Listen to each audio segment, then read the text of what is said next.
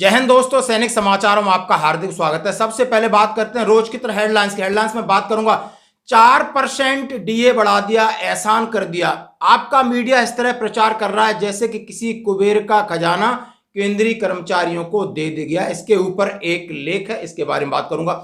और दूसरी बात दोस्तों करता हूं कि लाइफ सर्टिफिकेट आप बैंक में जाकर के कहीं भी कभी भी जमा करा सकते हो। इसकी एक एडवाइजरी के साथ एक नया प्रोसेस आपके साथ शेयर करूंगा। तीसरी बात कहता हूं, हाँ जी दोस्तों, दो सगे भाई पैरा कमांडो शहीद, उनकी मूर्ति का हुआ अनावरण।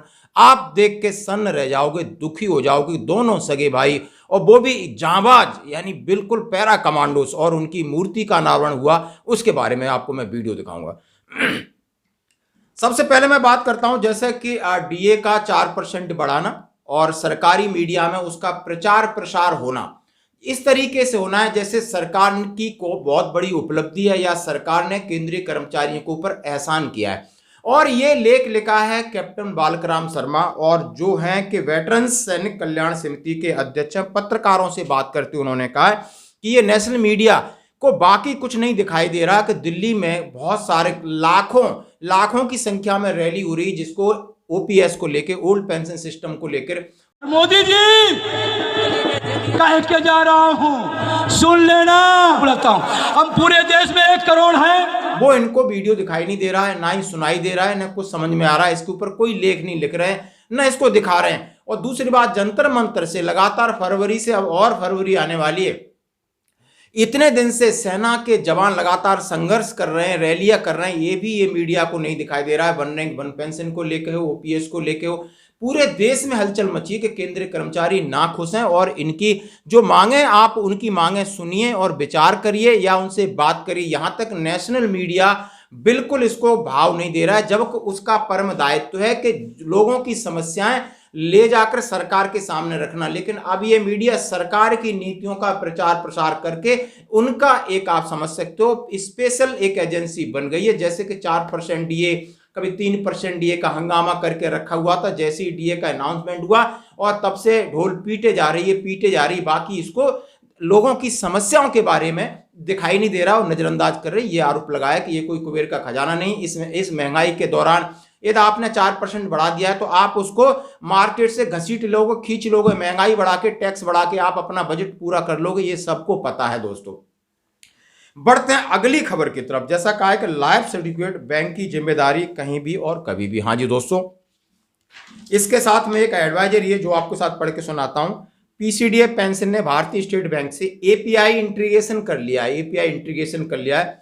स्पर्श पेंशन, जिनका पेंशन खाता भारतीय स्टेट बैंक में, देश भर में स्थित भारतीय स्टेट बैंक के किसी भी शाखा में उपस्थित होकर अपना वार्षिक पहचान जीवन प्रमाण पत्र को प्रस्तुत अद्यतन करा सकते हैं। अतः सभी स्पर्श पेंशनर जिनका पेंशन खाता भारतीय स्टेट बैंक में है एवं जिनका वार्षिक पहचान अभी लंबित है, उनसे अनुरोध है कि वो नजदीक के भारतीय स्टेट बैंक की शाखा में उपस्थित होकर अपनी वार्षिक पहचान जीवन प्रमाण पत्र प्रस्तुत करें। ये पीसीडीए का एक आदेश है, मैं आपके साथ शेयर किया।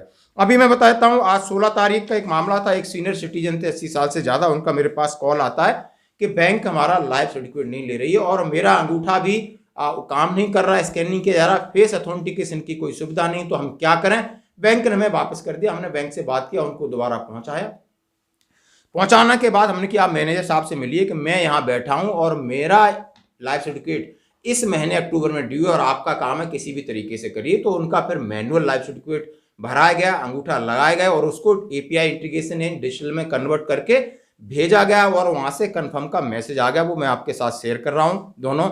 उसमें लिखा है कि dear so and so pension ID, you have successfully submit your life certificate as on 16 October 2023। यदि कोई प्रॉब्लम है तो आप 1800-180-5325 पे बात कर सकते हो या जो साइट दी इसको लॉगिन करके आप चेक कर सकते हो। तो बैंक कभी भी डिनाई नहीं कर सकती, ये उनका काम है लाइफ सर्टिफिकेट लेना। कहीं भी और कभी भी आप जाकर बैठ जाओ कि आप मुझे मेरा नहीं, आप मैनुअल लिए और इसको डिजिटल कन्वर्ट करके स्पर्श में भेजिए और आप अपना कंफर्म कीजिए, क्योंकि अक्टूबर के बाद नवंबर में बहुत सारा इस बात का रस है। तो लाइफ सर्टिफिकेट का दिमाग में टेंशन नहीं लेना है। बहुत सारे ऑप्शन है, बैंकों को सीधे निर्देश जा चुके हैं।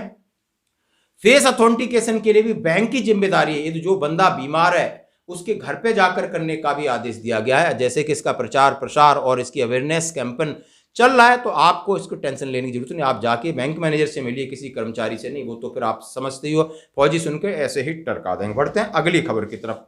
ऐसी खबर जो आपको लगेगा कि नहीं, देश के लिए इतना बड़ा बलिदान। आप सोचिए, दो सगे भाई और जिसकी सर्विस मात्र 7 और 8 साल हुई, और दोनों सगे भाई हों और इतना जुनून हो को पैरा कमांडो हों, पैरा ट्रूपर हों, और दोनों शहीद हो जाएं तो उनकी माँ के ऊपर क्या बीतती होगी, पिता के ऊपर क्या बीतती होगी, शादीशुदा है उनकी वाइफ की जिंदगी कैसे सर्वाइव होगी, उनके बच्चे क्या सोच, जो गोद में बच्चे थे। दोस्तों ये ऐसा इंसिडेंट आप देखकर आपको थोड़ा विचलित करेगा, आप थोड़ा दुखी करेगा, क्योंकि दुख होने वाली बात है, लेकिन गर्व करने वाली बात है उस माँ के ऊपर, गर्व करने वाली बात है उस फादर के ऊपर, गर्व करने वाली उस गांव के ऊपर, जैसे ऐसे वीर नौजवान जो सेना में भी उच्च यानी कमांडो थे और उनकी शहादत हुई, उनका मूर्ति अनावरण हुआ। उसका मैं एक वीडियो आपके साथ शेयर करता हूं। मैं सैल्यूट करता हूं उन माँ बाप को, सैल्यूट करता हूं उन गांव वालों को। दोस्तों मामला है झुंझुनू का। झुंझुनू जिले के गुड़ागौल तहसील है और दूड़िया गांव के हैं, और इसमें आप मैंने बताया कि ये दो लाल वतन के लिए है बलिदान। ये एक 2021 और 2022 में दूसरा होता है, और समझ सकते हो शहीद पैराट्रूपर जय सिंह वांगडवा और पिंटू सिंह वांगडवा इन दोनों के नाम है। दोनों की फोटो, दोनों का आप उनकी पर्सनालिटी देखिए, उनके चेहरा देखिए किस तरह चमक रहा है। और जबकि पिछले साल ही शहादत हुई थी और कल के दिन उनका मूर्ति बना के अनावरण किया गया, उसमें किस तरह लोग बिलख रहे हैं, याद कर करके किस तरह भावुक हो रहे हैं, वहाँ के लोग भी सारे भावुक हैं। आप देख सकते हो कि ये है फौजी की जिंदगी, और ये है फौजी की जिंदगी। ये वीडियो मैं इसलिए डाल रहा हूँ, मेरे पास किसी ने भेजा कि लोगों को सबक लगे कि शहीद और त्याग देश के लिए क्या होता है। इससे बड़ा त्याग कोई कर सकता है? दो के दोनों बेटे हों, अब आपसे पिता से पूछिए क्या गुजर रही होगी, माता से पूछिए और उसकी वाइफ से पूछिए, बच्चों को पूछिए, वहाँ का गांव भी के लोग भी रो रहे हैं। भले 1 साल हो गया, 2021 में एक भाई शहीद हुआ था, 2022 में दूसरा शहीद हुआ। आज की खबरों में इतना ही, बने रहे हमारे साथ। जय